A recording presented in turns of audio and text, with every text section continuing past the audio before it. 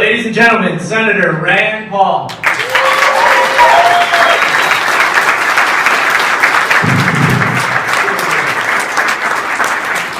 you. Thanks for coming out. Looks like we got the whole school out today. This is great. People have been asking me, why bother? Why bother with kids that don't vote? They won't show up and vote. Are you guys going to register to vote, anybody? Yeah. All right. That sounds like maybe half of you are and half of you aren't.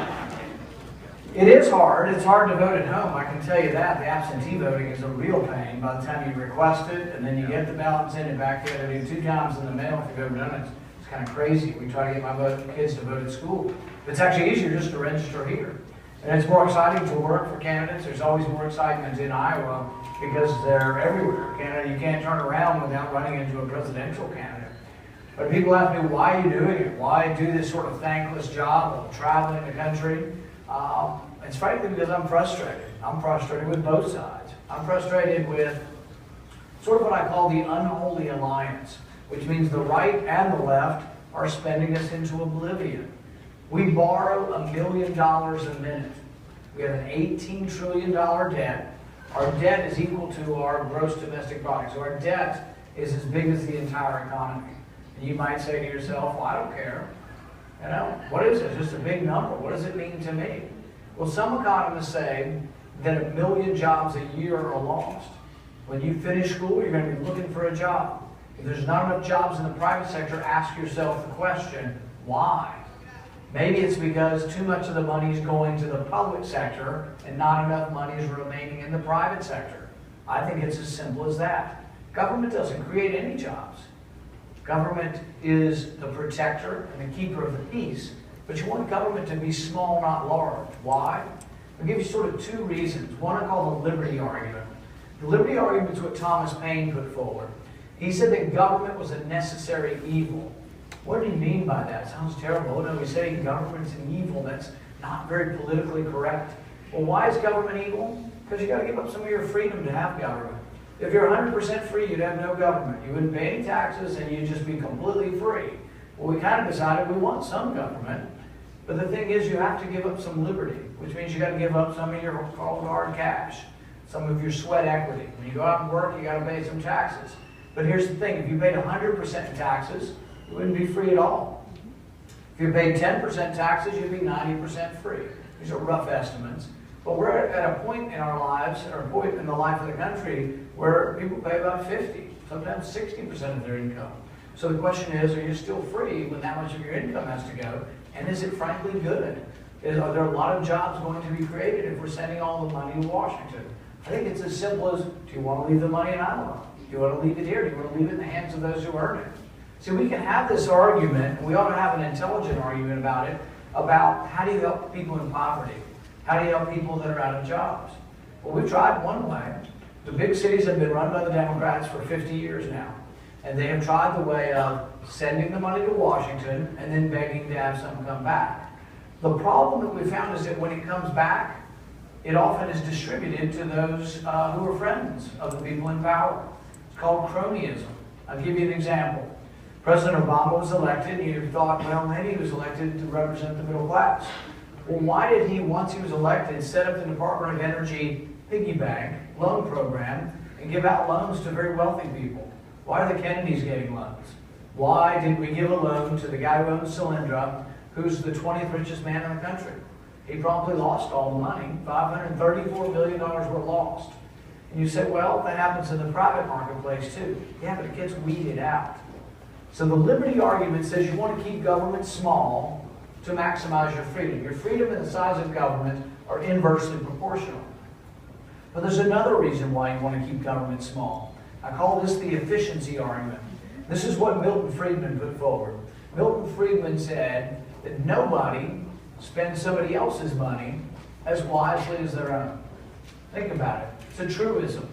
Got to be true. Think about it. When it's your money, if you've got $1,000 and I ask you to invest in a business, you're going to think, well, I had to earn $2,000, and what did I have to do to earn $2,000 to have $1,000 left over that I can invest? So you think long and hard about it. Doesn't mean that your decision-making will be perfect, but it means your decision-making will be heartfelt. What do you think the guy who gave the $500 million to Solyndra thinks? He was a Democrat operative, and he gave it to a Democrat bundler, a billionaire. Do you think he lies awake at home thinking, I made the wrong decision? Do you think he lay awake each night leading up to the decision thinking, will they make money with this solar panel company?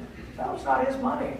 So frankly, people in government, well, they're not inherently bad people or inherently stupid people. They don't get the same sort of signals because it's just frankly not their money. I'm often asked, are they inherently stupid? And it's like, no, but it's a debatable question. But they don't get the same signals. And this is something that's really important because we have now a socialist running for high office in our country, a socialist, Bernie Sanders. And people are flocking to his crowds and he's raised millions of dollars. That scares the hell out of me. That we don't know what made America great and we don't understand that socialism doesn't work. Man, is that something really, really scary.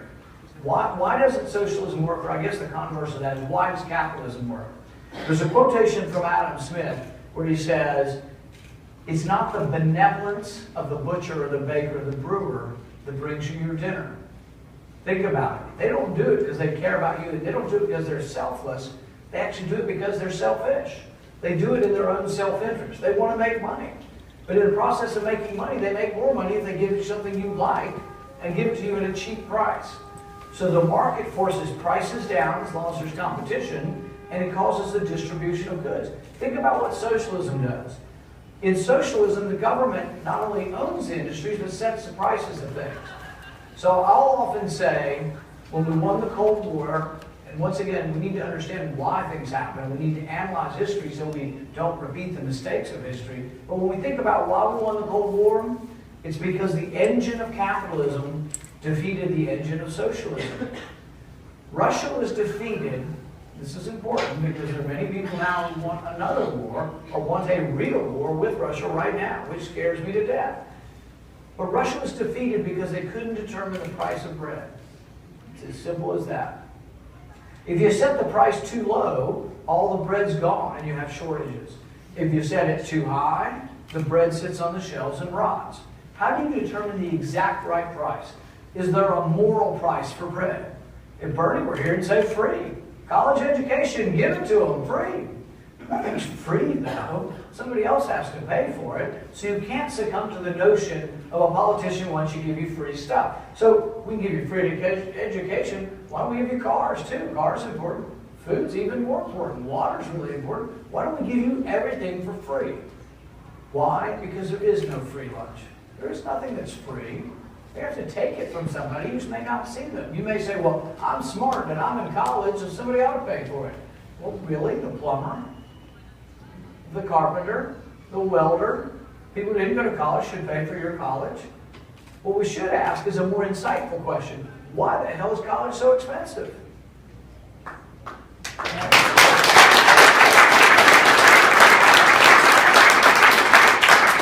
I was really begging for that. I got an applause on a question. But really, why is college so expensive? Think about the two areas of the economy where prices rise faster than any other area. What are they? Education and healthcare.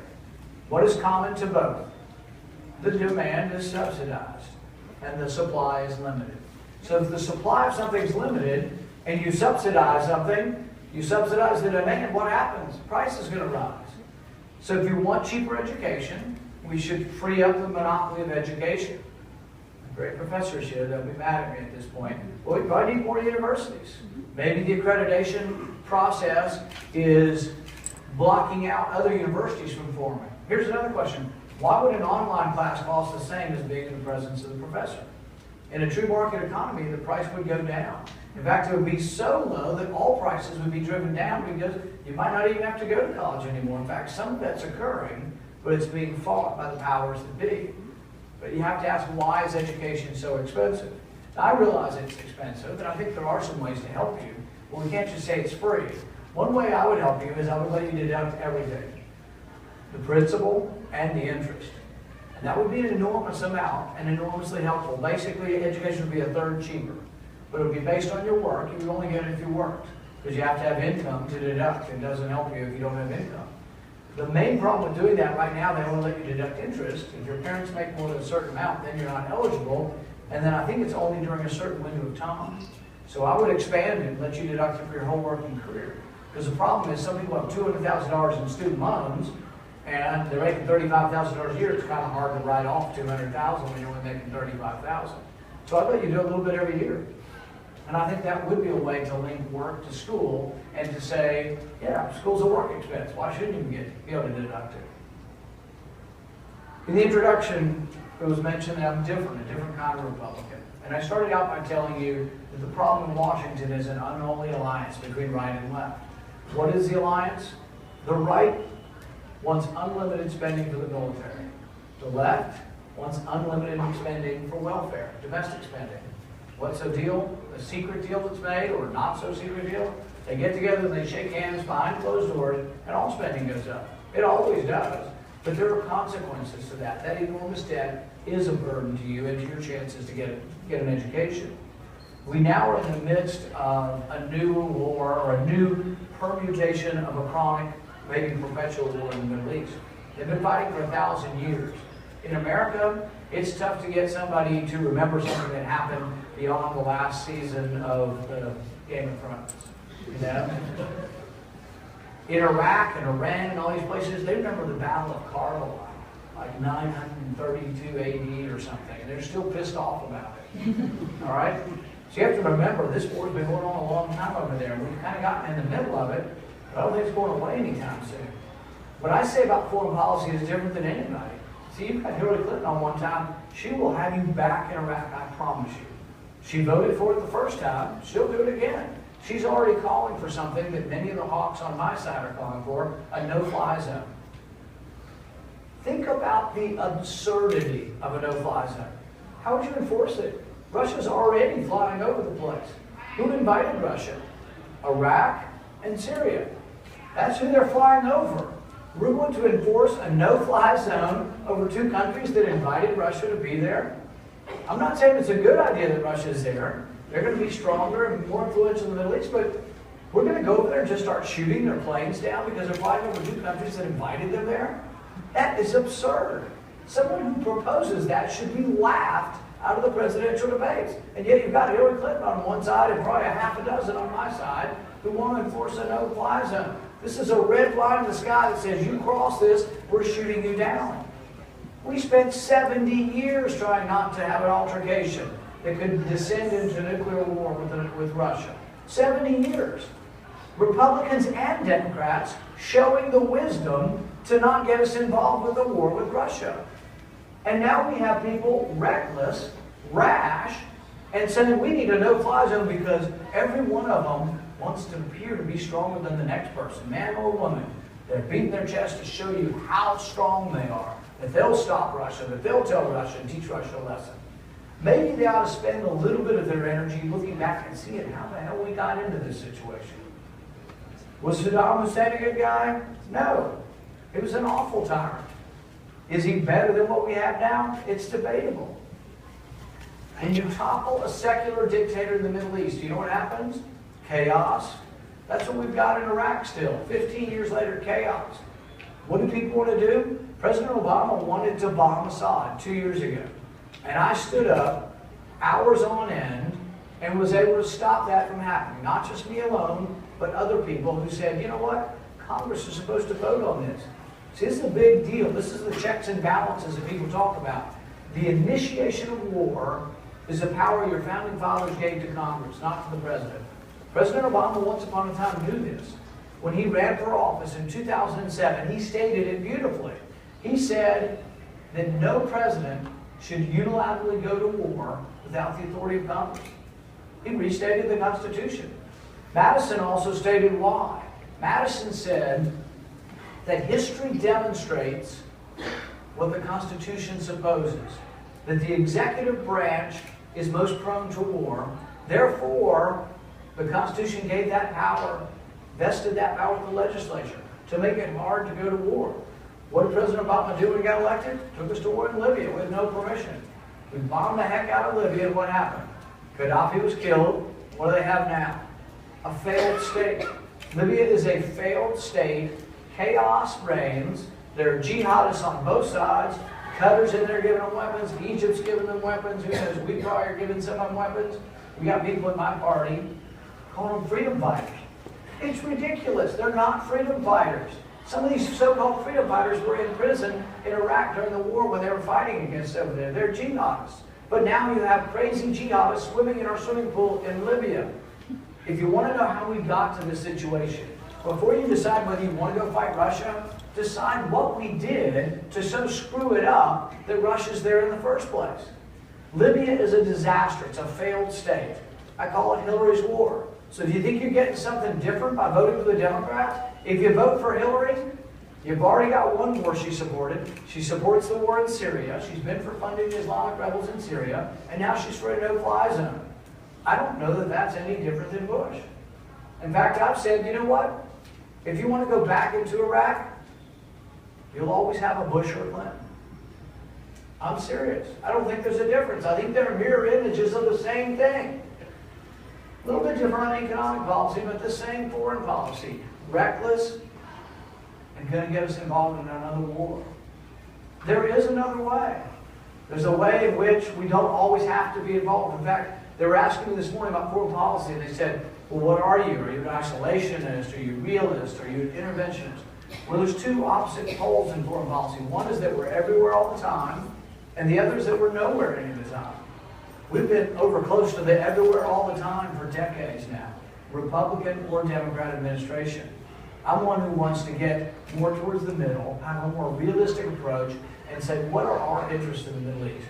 Doesn't mean we'll never be involved, but it does mean that I'm not anxious to go back into Iraq. I'm not sending any of you back into Iraq, frankly.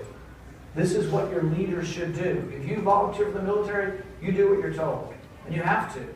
I have 4 or 5 members of my family in the military, and they do what they're told. They are not allowed to have a public opinion. But I'm elected by the people, and I do need to have an opinion. And when I tell you my opinion is, it's not going to be easy to get me to take you back into a war in Iraq. In fact, I'll do everything possible to stop that.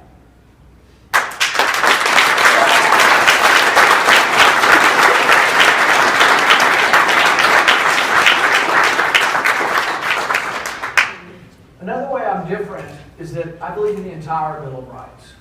Now, everybody comes to a problem, I tell you that. Republicans are great on the Second Amendment. They'll defend the Second Amendment, and they'll tell you all about it.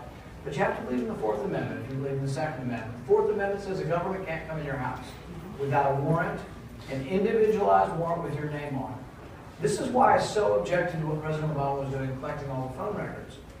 Because the thing is the Fourth Amendment says suspicion has to be individualized. Your name has to be on a warrant.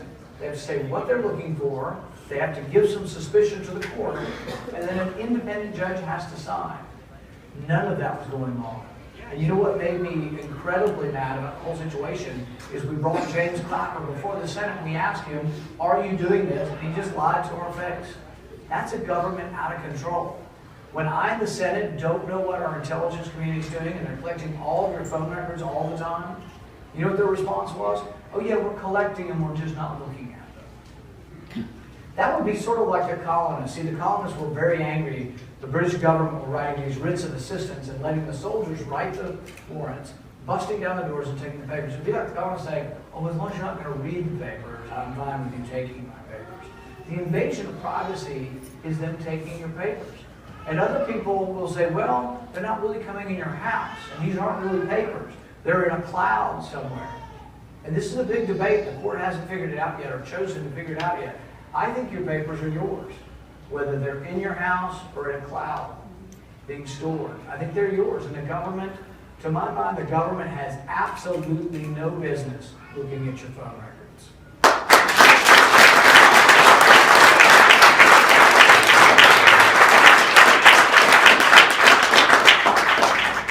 The Fifth and Sixth Amendment are the Justice Amendments. The Fifth Amendment says your property can't be taken by the government without just compensation.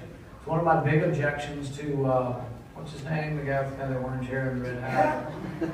One of my objections to him is that he's made his living off taking people's property, having the government take people's property.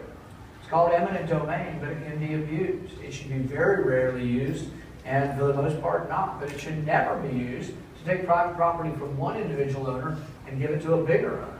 So what's his model for making money off his casinos? He rolls into town and says, we'll create 1,000 jobs. We just need all those houses. And so as the government condemn them and take them, and they do get paid, but they don't have a choice. So one woman stood up to him, Vera Koking. She lived in her house for 30 years. She stood up to him and said, not my house. And she fought him all the way, and she was able to defeat him. But it's bullies like that I worry about, a bully like that getting in charge of all the power of the government because they think, I'll just do whatever I want. So I'm very concerned about that. The Sixth Amendment says you have a right to a trial by jury. And you say, well, who could object to that? Who could say you wouldn't have a right to a trial by jury? Well, we've been having this debate in our country.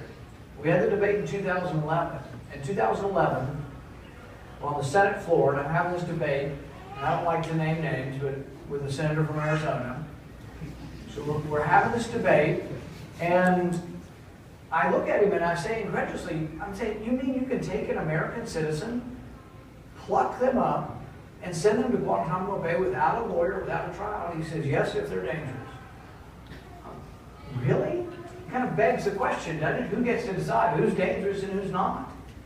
And I was reminded of a time in our history when we've gotten it wrong. Several times in our history when we got it wrong. You'll study in history how we incarcerated 100,000 Japanese during World War II simply because of the way they worked. In the Civil Rights era, we tapped the phones of African Americans. We tapped the phones of Vietnam War protesters. And people would say, well, you know, I'm not a minority, I don't care. You can be a minority because of the color of your skin or the shade of your ideology. You can be a minority because you want to teach your kids at home, or you're an evangelical Christian, or you're an atheist. You can be a minority because you believe in the Constitution. You want the Bill of Rights to protect everyone, no matter who they are, where they came from, no matter the color of their skin. When we allow an American citizen to be indefinitely detained, that's worrisome. You know what the president said? This is sort of his MO. He said, I will sign this regretfully, but I will never, and this is a horrific power, but I'm a good man and I will never use it. That's lame. It's lame and inadequate because the law isn't about him. It's sort of arrogant too. The law isn't about him, and I actually don't think he's a bad man. But the thing is that it's about the next person in line. The law is to restrain government and to prevent tyranny. You got to prevent through law and make it such that anybody who comes into that office doesn't have the power. It's about restricting and restraining the government. That's all the Constitution was all about. The Sixth Amendment also says you have a right to a trial by jury, but also a speedy trial. And I'll end with this story. There was a 16-year-old black kid from the Bronx, and he was accused of a crime and sent to Rikers Island. He spent 3 years in Rikers Island, 2 years in solitary confinement, but he was never taken to trial. He was beaten by gangs, beaten by guards, never taken to trial, never convicted of a crime, 3 years in prison. He finally decided to try suicide. He attempted several times, and then about 3 or 4 months ago, unfortunately was successful and killed himself. That's not what America's about. My goodness. To have someone sit in prison for 3 years, but multiply his story by 1,000. Young people, mostly poor, often black, often brown, who are in jail for nonviolent drug crimes. I, for one, have had enough, and I say we should end it.